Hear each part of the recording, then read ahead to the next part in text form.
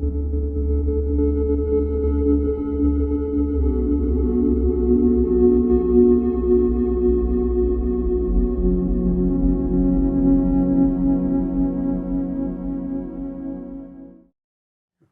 back to New Realities. I'm here with Clas Svahn. That's good. And he has a very important place in the history of the UFO phenomena.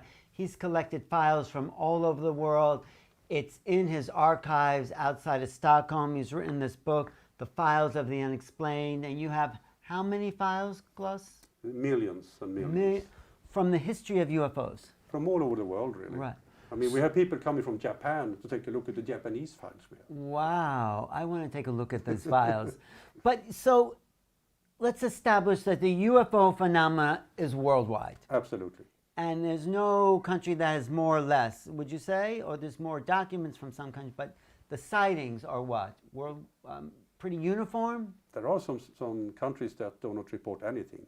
What like India. India doesn't report anything. Saudi Arabia, very, very little, you know. There are some countries around there in the Middle East. I thought, what's his name, had the sightings in India? The guy from Switzerland. Billy Mayer. Yeah, didn't he have sightings in India? Yeah. He shows the photograph, but that doesn't mean it's real. But you know, Billy Mayer, well... He's suspicious. Yeah, and not only suspicious, I have a huge collection of his photographs at AFU. And you know, when you look at them, you think, okay, wow, no. You know, because you've seen them all. You've seen the real. I've seen them all. And you don't believe Billy Meyer's stuff is real? No, I don't think so. It's all fabric, even the early photographs. Because I heard, he took some in the beginning and then he faked it. It's always hard to tell about the early ones. You know, there could be something in the beginning, but for sure, he faked a lot.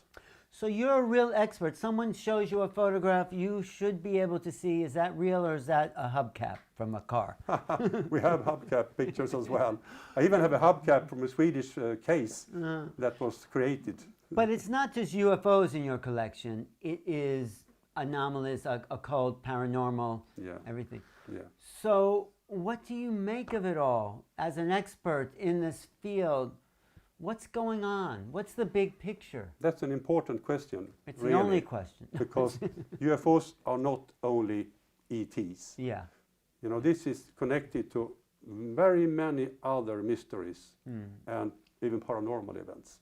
You must really look quite broad into this subject to be able to find a solution. It's not only hardware, it's something else as well.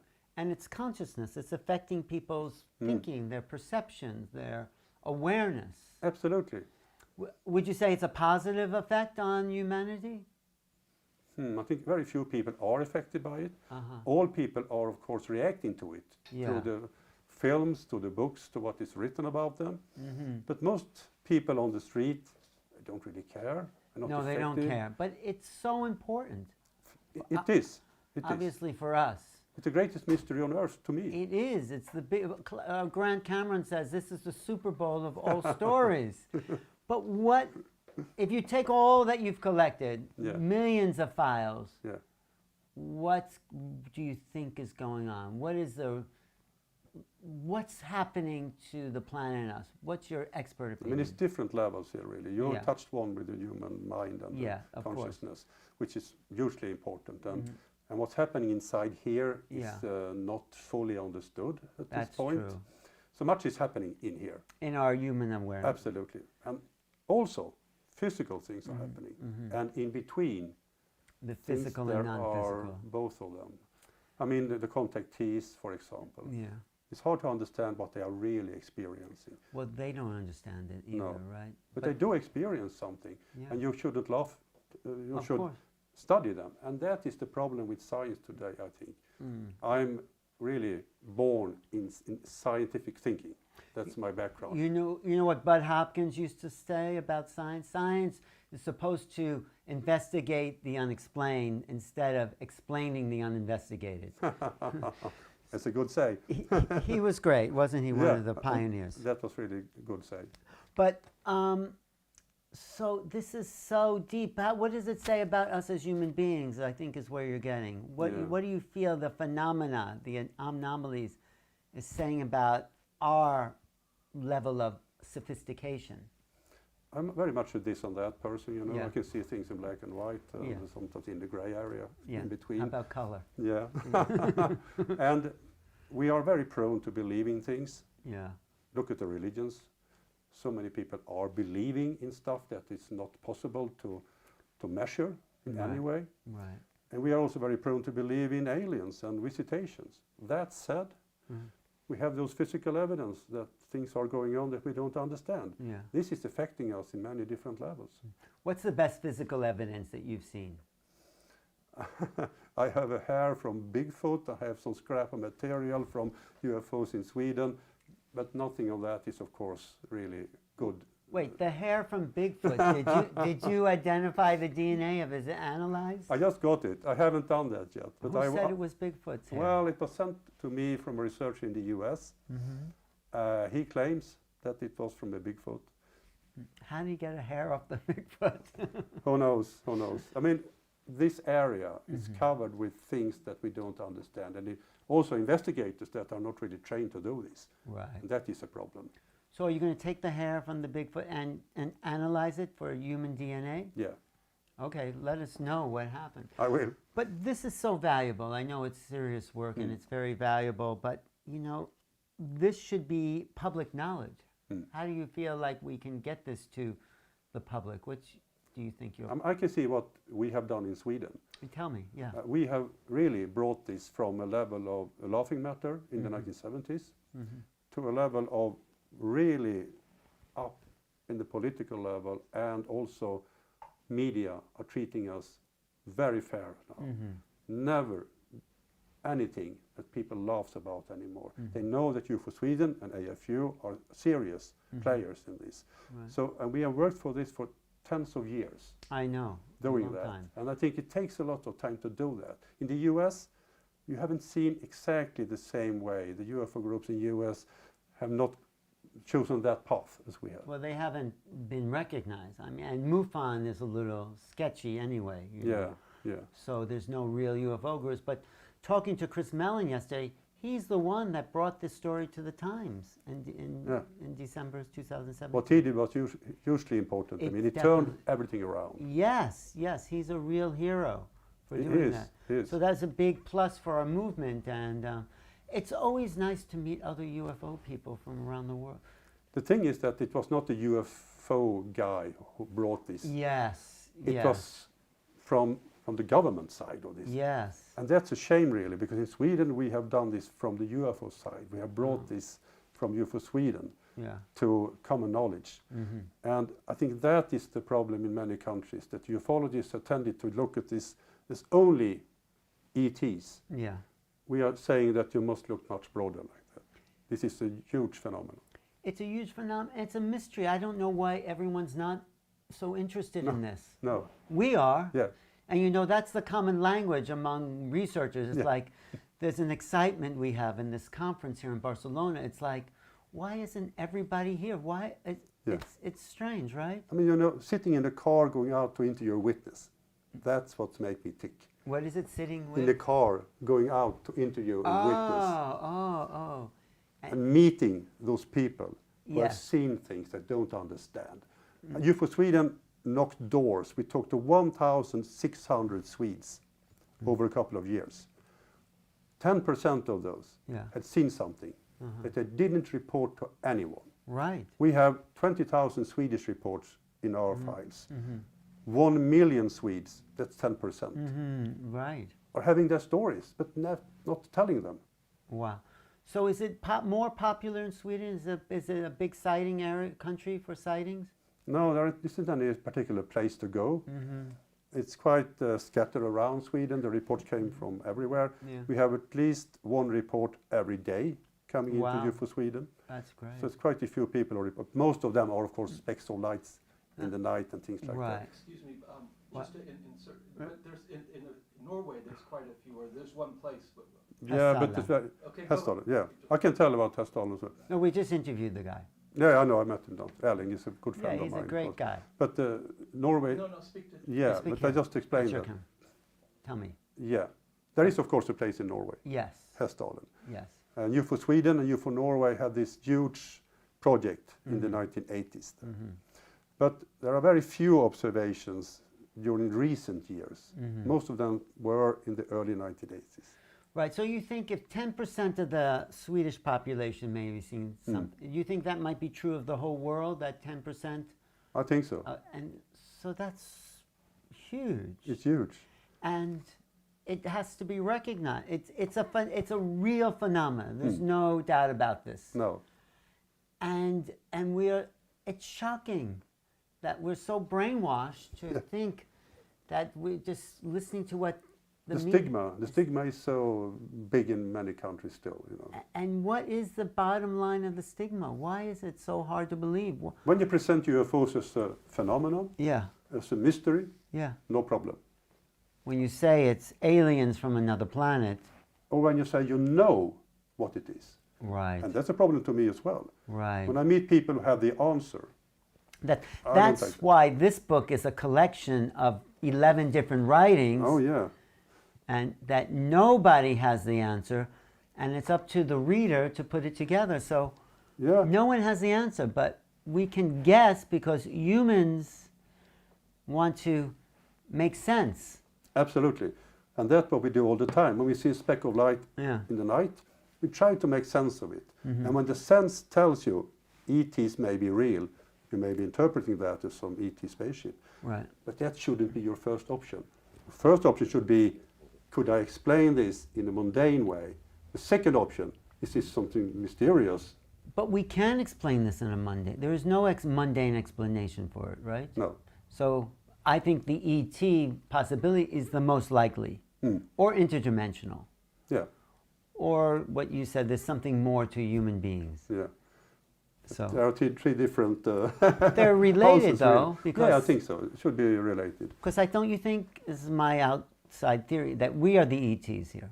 Consciousness didn't evolve on planet Earth. It came from someplace else. It's non-local. Yeah, it could be like that. I mean, I don't know. But let's also talk about what's unique to Sweden is the ghost rockets. It absolutely is. And that's not found it's not, and they're not classical saucers. What are the ghost rockets? Because you've studied them probably more than anyone. Yeah, I started in the 1970s to study them. And we found the Swedish military files in the 80s. The ghost rockets were cigar-shaped objects, Cigar-shaped others. with or without wings. Uh-huh. 99% of the daylight observations during 1946, They started in 46. started in 46, were cigar-shaped objects. And on one occasion, the Swedish fighter pilot tried to chase one of those ghost rockets. He had started from an airfield outside Stockholm, and he chose another path because of a thunderstorm, so he went further north. And then he encountered this 15-meter long cigar-shaped thing. No tail fin, no cockpit, no wings. Right. Still it flew, he told me. Yeah. And he started to chase it. But the ghost rocket flew straight into the thundercloud, which he had to avoid. Right. He had to avoid that. And they also, though, like you said in your lecture, go into the water. Which is very strange. It was 100 reported crashes in 1946. Crashes or disappearances into water. They're Yeah, not, the same really. Like Well- they call well- them crashes. but they're not accidental. They're intentional. To me, they must have been intentional, because not a single ghost rocket crashed on land. Right. Everyone into lakes. So they went into. You know, I was listening to your lecture. I was sitting next to Linda Moulton Howe, Oh, okay. and she says, obviously, there's these underwater bases for UFOs. Does that make sense to you? Not a single one crashed out in the sea. Everyone into lakes. Into lakes. Uh-huh. So I'm not sure that is the solution. They found indentations at the bottom of the lakes. They found stones thrown up on the shore, water lilies cut off, and hundreds of witnesses in broad daylight.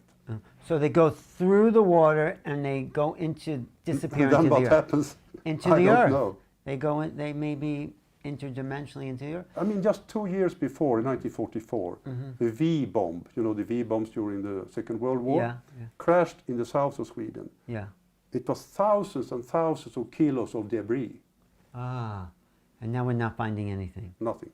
And they're still happening in the ghost rockets. Yeah. They're still happening. And what's the closest you've gotten to finding one or seeing one? Yeah, we may be close to do that. 'Cause In you got- 2012, we went up to the very north of Sweden trying to find a ghost rocket that landed and sank on Lake Namajaure. Yeah. 2 witnesses, broad daylight, flew over them, turned around, 180 degrees, Yes. landed, sank. And we went there in 2012 and 14, and we got the radar returns that shows that something is resting in the mud.